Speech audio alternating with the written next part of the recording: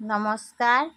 আজি মোৰ মায়ে কালাজামৰ ৰস লৈছে, এইটো জেলি বনাব। জুইতে কেৰাহী বহাইলে, এতিয়া ৰসখিনি দি দিব। কেৰাহীটো গৰম হৈ গ'ল।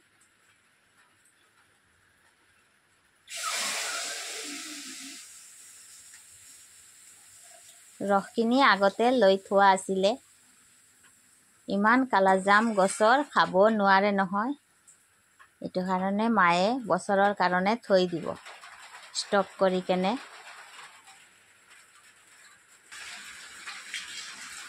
চব কিমান ধুনীয়া হৈছে। এনেকা আপোনালোকেও ঘৰতে বনাই ষ্টক কৰি ৰাখিব পাৰিব।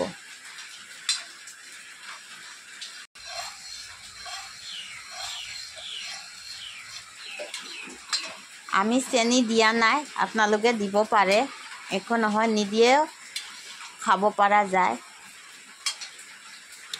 নিদিলেও একো নহয়। চব কিমান ধুনীয়া লাল লাল।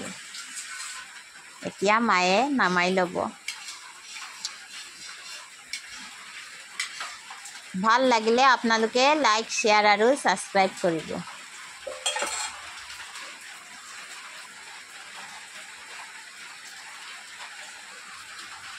মোৰ মায়ে বনাই লৈছে জামৰ জেলি। ভাল লাগিলে আপোনালোকে মাৰ কাৰণে বেছিকৈ লাইক, শ্বেয়াৰ আৰু ছাবস্ক্ৰাইব কৰিব। মোৰ মায়ে আকৌ বেলেগ ৰেচিপি লৈ আপোনালোকৰ ওচৰত আহিব। নমস্কাৰ।